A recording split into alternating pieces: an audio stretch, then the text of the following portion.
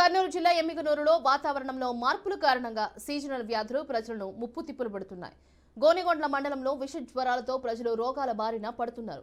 గోనెగొండ్ల ఆసుపత్రికి రోగుల తాకిడి పెరిగిందని, సామాన్య ప్రజలు తీవ్ర ఇబ్బంది పడుతున్నారని, గతంలో 30 పడకల ఆసుపత్రి ఉండేదని దానిని 6 పడకల ఆసుపత్రికి కుదించడం వల్ల చాలా ఇబ్బందికరంగా ఉండటంతో ప్రజలు వాపోతున్నారు.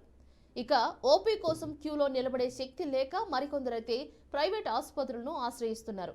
గ్రామాల్లో వైద్య శిబిరాలు ఏర్పాటు చేయాలని రోగులు కోరుతున్నారు.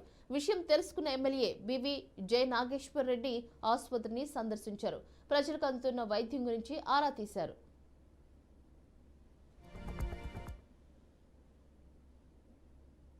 విషయాలు వచ్చిందనుకో, ఈ హాస్పిటల్కి వచ్చినారనుకో, మరి వాళ్ళు ప్రాణాలు ఇక్కడే విడిసాలనా మరి అర్థం కావడం లేదు. ఇంత పెద్ద వైద్యశాల పెట్టుకొని ఇక్కడ ఒక్కరు కానీ వైద్యులు లేరంటే ఎంత హేయమైన చర్య, ఎంత ఇది మనం జీర్ణించుకోలేని విషయం. ఎందుకంటే గోనెలలో ఇంత పెద్ద ఆసుపత్రి ఉంది, 30 పడకల ఆసుపత్రి ఉంది గతంలో. కానీ ఇప్పుడు తీరా వచ్చేసి 6 పడకల ఆసుపత్రి కుదించినారు. కాబట్టి దీన్ని దృష్టిలో పెట్టుకొని మరి గోనెల నాయకులైతేనేమి, ప్రజాప్రతినిధులైతేనేమి,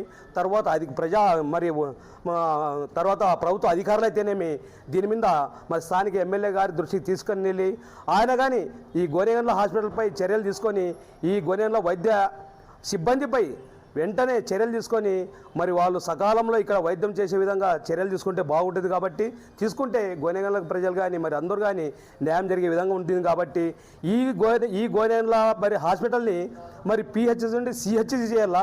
అది తీరా వచ్చేసి మరి ఉండే 30 పడకల ఆసుపత్రి కానీ 6 పడకల ఆసుపత్రికి మరి కుదించడం ఎంత అన్యాయం అంటే, ఎందుకంటే గోనెగండ్ల గ్రామంలో మరి 20,000 జనాభా కలిగిన ఈ గోనెగండ్ల మరి గోనెగండ్లలో మరి 6 పడకల ఆసుపత్రి ఎక్కడ